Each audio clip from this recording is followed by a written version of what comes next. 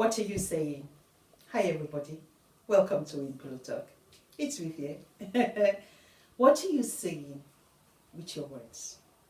What are you putting out in the universe? You know words are powerful. As we talked about the power of the spoken word.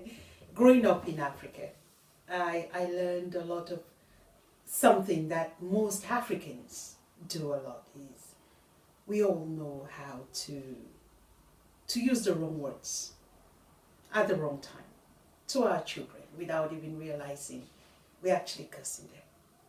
Because that's the environment that we all grew up. You know, what got me thinking was how the Jews are blessed. How come they're always blessed from childhood?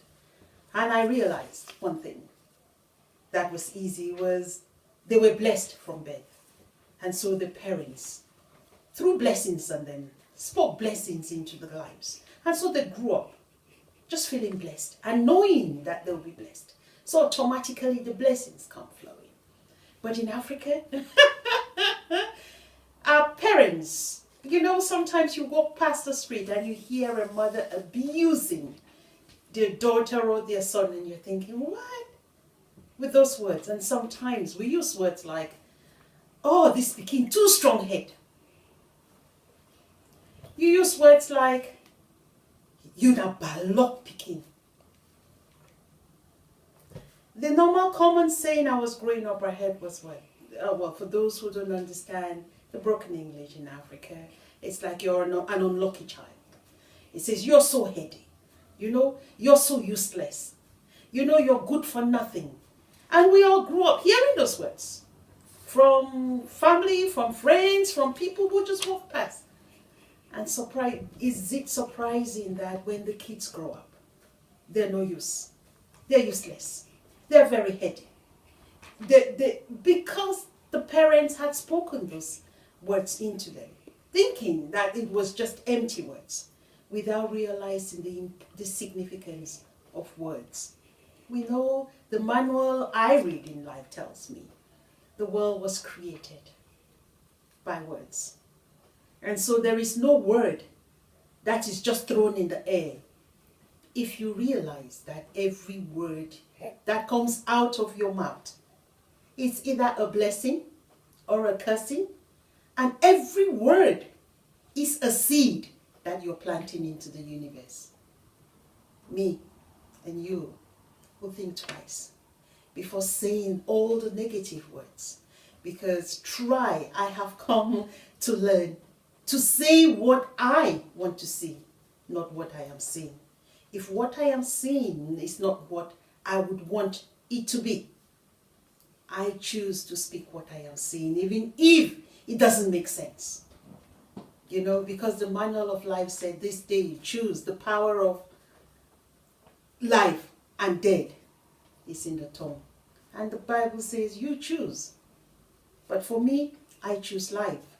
And because I choose life, I speak life into everything.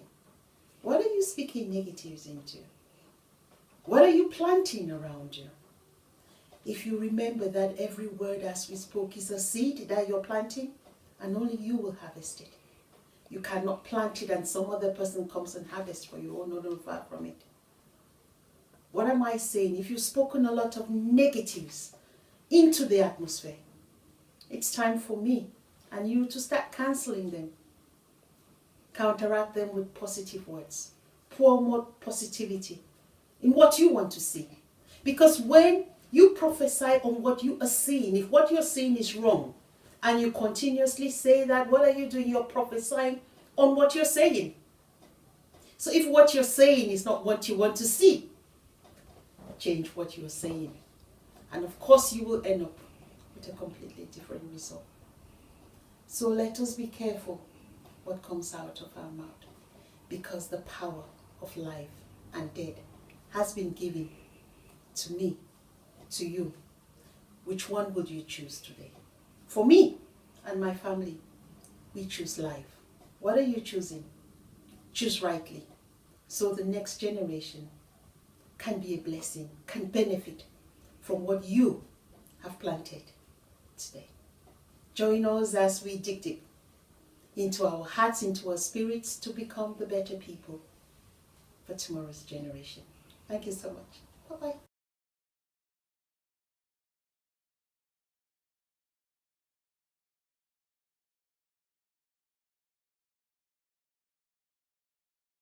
Stay with us. Check our website. Follow us on social media. And do not forget to like and subscribe. Thank you.